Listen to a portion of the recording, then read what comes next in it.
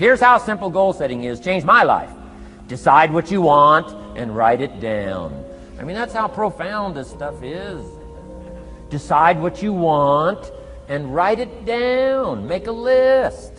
Where do you want to go? What do you want to do? What do you want to see? What do you want to be? What do you want to have? What do you want to share? What projects would you like to support? What would you like to be known for? What skills would you like to learn? Some extraordinary things you'd like to do? Ordinary things you'd like to do?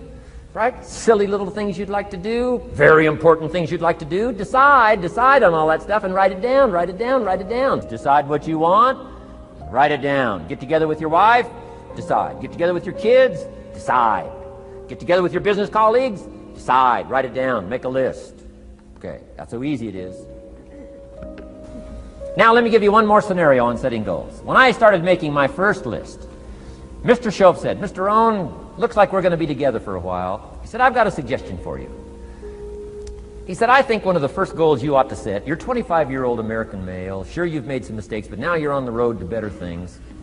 You got a family, worth it. Reasons makes the difference. And he said, you've got every reason to do this. He said, why don't you, among all the goals you're going to set, he said, why don't you set a goal to become a millionaire? All the possibilities are available.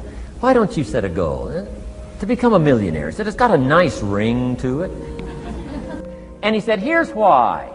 Now I thought, the man doesn't need to teach me why. I'm thinking, wouldn't it be great to have $1 million? He said, no, that's not it. Here's why. And I had one of the greatest lessons I ever learned, and I'm about to share it with you. This will be worth the price of being here today if you can capture what I'm about to share with you. Babysitter fees, whatever else you paid. Some of you missed some sales today to be here, so this is a costly day for you. But what I'm about to share with you changed my whole life. Here's what Mr. Shoaff said. Set a goal to become a millionaire. And he said, here's why. For what it will make of you to achieve it. And I got one of the greatest classes in one sentence I've ever received in my life. Set a goal that'll make you stretch that far. For what it will make of you to achieve it. What a brand new reason for setting goals. What an all-encompassing challenge to have a better vision of the future. What for? To see what it will make of you to achieve it. And here's why. The greatest value in life is not what you get. The greatest value in life is what you become. Major question to ask on the job is not, what am I getting here? That's not the major question. The major question to ask is, what am I becoming here? It's not what you get that makes you valuable, it's what you become that makes you valuable. So Shoaff said, set a goal to become a millionaire. For what it will make of you to achieve it. Then he said, when you finally have become a millionaire, now, he said, what's important is not the money. I thought, wow, I've got some more to learn. He said, no, Mr. Rohn, I'm telling you honestly, you could just give the money away. Now, I did better than that, right? I told you. I lost it all. I'm rich by the time I'm 31. I'm a millionaire. I'm broke by the time I'm 33. So I didn't have to give it all away. I lost it all. Foolish mistakes I made. I'm a farm boy from Idaho. That early money drove me bonkers. I used to say, how many colors does it come in? I'll buy them all. I went crazy over that first money. I just went crazy. And then I made that one foolish mistake, right? Continuing guarantee. I mean, I'm so naive off the farm. I don't know what continuing means. And a few other mistakes. And by the time I'm 33, I'm broke. Now I've made and lost millions since then. But what an experience that was. And I'm telling you, the man was right. When I finally was broke at age 33, guess what I discovered?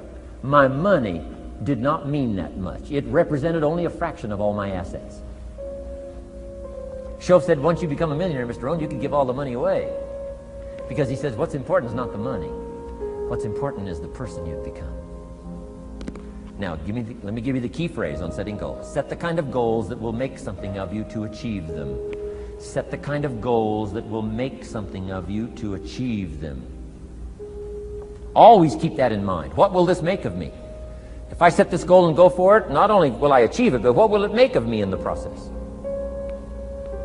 What a whole new concept on setting goals. Now there's two parts to this, and then we're wrapping up goals. Here's the first part now in this goal setting for what you become. Number one, don't set your goals too low.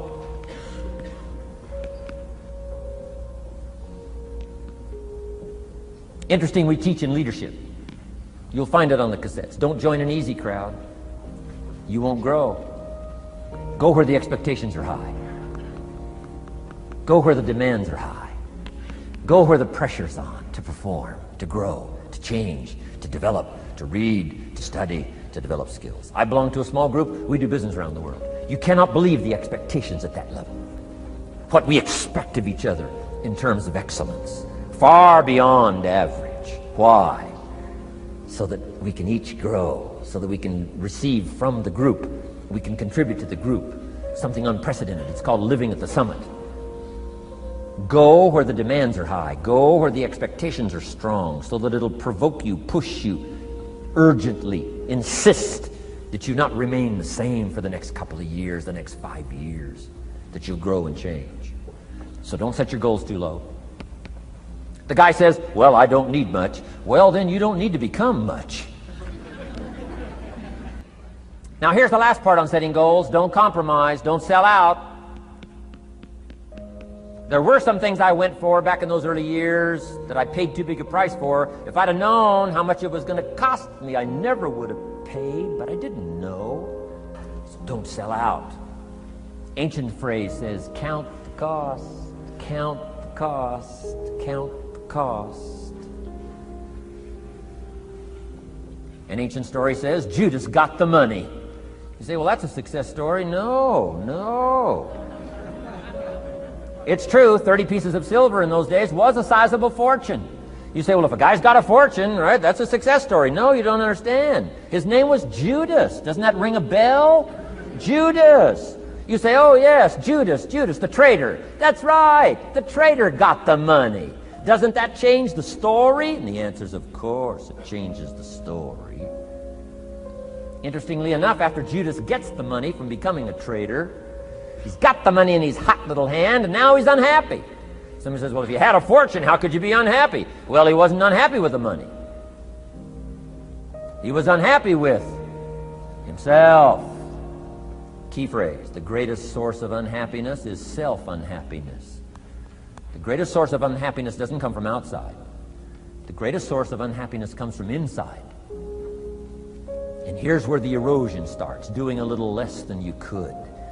That's where the beginning little infection of unhappiness starts, doing a little less than you can, not feeling that good about yourself. So don't let that happen.